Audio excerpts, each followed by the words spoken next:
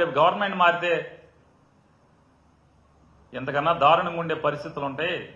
తప్పులు చేసిన వాళ్ళందరినీ ఇట్లాంటి తప్పులు రికార్డింగ్ చేయబాకంటారా బాబు అని చెప్పి అతను లబోదీపం అంటున్నాడు.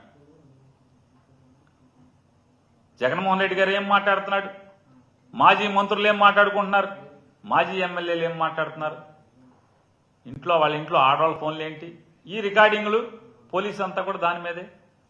లేదా కక్ష సాధింపు, ఆయన లోపలే ఈయన లోపలే తప్పుడు కేసులు కట్టు, ఒకడి మీదే ఒక సోషల్ మీడియాలో ఒక పోస్టు పెట్టినందుకు 18 కేసులు, 19 కేసులు, 20 కేసులు ఒక పోస్ట్కి. మా ఊళ్ళో అయితే మరీ అన్యాయం. ఒక దళిత యువకుడు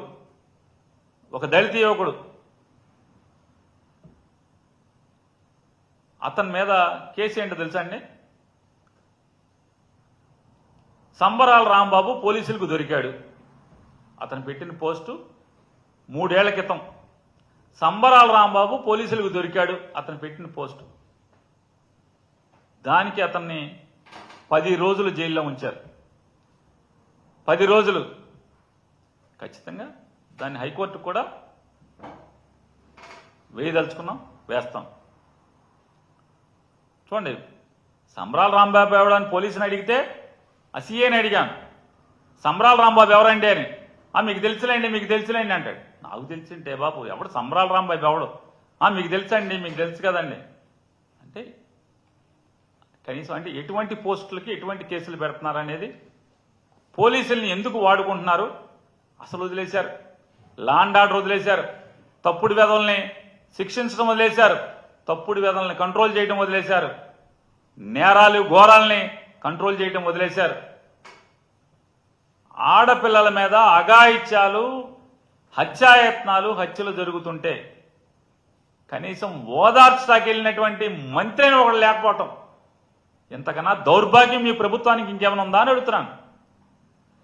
రాష్ట్రంలో రోజు ఇన్ని హత్యలు, ఘోరాలు, మానభంగాలు జరుగుతుంటే బతికిలేరా, చచ్చిపోయారా మీరు? ప్రభుత్వం నడిపేవాళ్ళు ఒక్కడంటే ఒక్కడు కూడా పలకరిస్తే కూడా సావరా మీరు?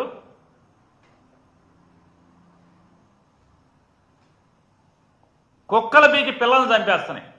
ముక్కు పచ్చలారని పసిపిల్లల్ని 3 ఏళ్ళు 4 ఏళ్ళని కుక్కల పీకి చంపుతుంటే ప్రభుత్వం అండగా ఉంటుందా? దేనికి?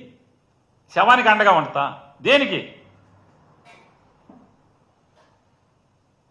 అంటే ఈ రాష్ట్రంలో మీకు ఓటేసిన పాపానికి ఇంట్లోంచి పిల్లల బడికి వెళ్తేనో ఓ చాక్లెట్ కొనుక్కుంటాకెళ్తేనో మళ్ళీ తిరిగి ఆ పిల్లోడు బతికి వస్తాడా లేడా, శవం వస్తా కూడా అర్థం కాని పరిస్థితిలో మీరు ప్రభుత్వాన్ని సాగిస్తూ ప్రభుత్వం అండగా ఉంటుంది. ఒకడు చెప్తాడు, ఒక అధికారి, నేను చెప్పట్లా, ఇవన్నీ ఏబిఎన్ TV5 ఈనాడులోనే చెప్పిన వార్త ఇది.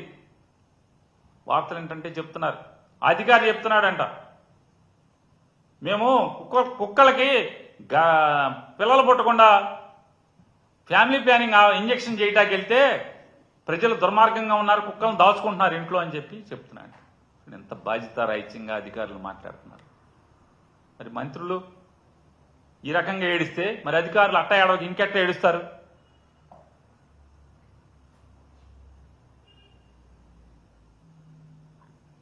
ఇలా అవినీతి ఎంత పరాకాష్ఠకి చేరిందండి ఈ బ్రాందీ మీద. ఉత్తరాంధ్ర జిల్లాల్లో ఒక మంత్రి గారు, మీరు మీ ఇష్టం వచ్చిన MRP అమ్ముకోండి, మొత్తం అన్ని షాపులు కలిసి సిండికేట్గా సంవత్సరానికి నాకు 2.5 కోట్లు ఇవ్వండి అని తీసేసుకున్నారు ఆ మంత్రి గారు. నేను పేరు చెప్పట్లేదని పాత్రికేయ మిత్రులు కనిపించవచ్చు. పేరు చెప్తా, ఊరు చెప్తా, రోజులున్నాయి, కంగారే ఉంది. ఒక్కసారి ఇప్పేస్తే మీకు కూడా క్యూరియాసిటీ ఉంటుంది.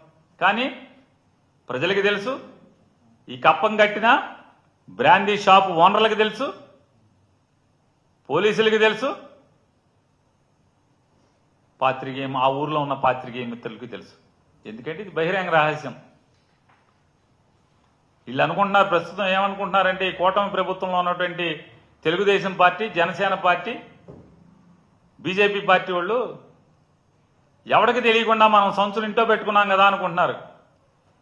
ఎవడు అక్కడ లేకపోతే ఆ డబ్బులు ఇచ్చినోడు, మీకు లంచం ఇచ్చినోడు, మీ ఇంటి బయట కరెంట్ స్తంభం ఉంటే కరెంట్ స్తంభానికి కూడా చెప్పి వెళ్ళిపోతారు రా బాబు. ఒకసారి ఏం తెలుసుకోండి. ఏది దాగదు. ఇవాళ ఆ 2.5 కోట్లు సంవత్సరానికి షాపులో ఎంఆర్పీలో, బెల్ట్ షాపులో కాదు, షాపులో మీ సొంత ఎంఆర్పీకి అమ్ముకోండి, పోలీసు రాడు, ఎక్సైజ్ రాడు, నాది బాధ్యత వస్తే అని చెప్పి హామీ ఇచ్చి 2.5 కోట్లు షాపులన్నిటి మీద, బార్లన్నిటి మీద తీసుకున్నటువంటి పరిస్థితి. అంటే ఇంకా ఉన్నాయి లిస్టు, పేర్లతో సహా విడతల వారీగా ఇస్తూ ఉంటాం. ఇక పాతతో ఉమ్మడి తూర్పుగోదావరి జిల్లాలో ఒక ఎమ్మెల్యే గారికి అయితే నెలకి 50,000 కప్పం. ఒక మాజీ మంత్రి గారి ఇంట్లో వాళ్ళు బేరాలు ఆడుతున్నారు, చివరిలో ఉంది, రేపో మాపో బేరం తెగుతుంది. ప్రాయశ్చిత్త దీక్షలు చేసేటువంటి ఆయనకు కూడా నెలకు 30,000. మరి దీనికి ప్రాయశ్చిత్త దీక్షలు ఉండవనుకుంటా. ఒక ఎమ్మెల్యే గారికి అయితే మొత్తం నియోజకవర్గంలో ఎన్ని గ్రామాలు ఉంటే అన్ని గ్రామాల్లో బెల్ట్ నాయే,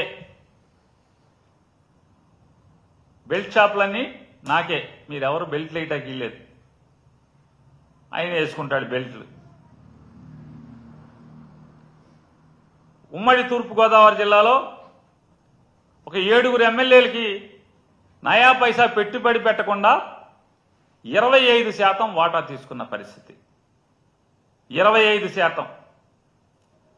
అలాగే పశ్చిమ గోదావరి జిల్లాలో ఒక ఎమ్మెల్యే గారికి, వారికి కూడా 2,30,00,000 రూపాయలు ఎంఆర్పి మీరు ఎంత అమ్ముకోండి నేను చూసుకుంటాను అని చెప్పి 2,30,00,000 రూపాయలు సంవత్సరానికి తీసేసుకున్నారు.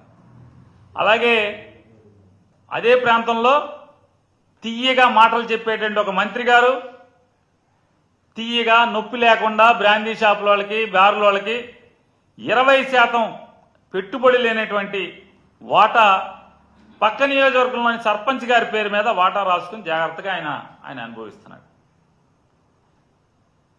ఒక నగరంలో అయితే ఉమ్మడి కృష్ణా జిల్లాలో ఘనమైన శాసనసభ్యులు గారు మంత్రి పదవి పోయిన బాధలో వస్తుందని ముందు రోజు బట్టలు కుట్టించుకుని ప్రమాణ స్వీకారం అద్దం ముందు నుంచి కాగితం ఉంచుకుని ప్రాక్టీస్ చేసిన ఆయన తెల్లారేపటికి పేరు లేకపోయేప్పటికీ ఆ బాధలో తన నియోజకవర్గంలో ఉన్నటువంటి బార్లు, బ్యాండీ షాపులు అన్నింటి మీద 1 టైం సెటిల్మెంట్. మనం బ్యాంకుల్లో అప్పులకు చూస్తాం 1 టైం సెటిల్మెంట్, బ్యాండీ వ్యాపారం మీద కూడా 1 టైం సెటిల్మెంట్.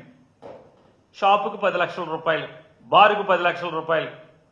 ఈ సంవత్సరానికి ఏంటి 2 ఏళ్లు పాలసీ, 2 ఏళ్లు ఉంటే 2 ఏళ్లు 1 టైం సెటిల్మెంట్ నాకు ఇచ్చేయండి, తీసేసుకున్నారు.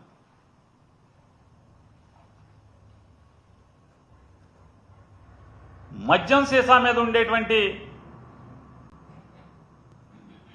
ఎంఆర్పి వేరుగా ఉంటుంది, అంటే అది చంద్రబాబు నాయుడు గారు రద్దు చేసిన ఎంఆర్పి. అది ఎమ్మెల్యేలు వాళ్ళు అమ్మిచ్చేటువంటి ఎంఆర్పీలు వేరు, బెల్ట్ షాపుల్లో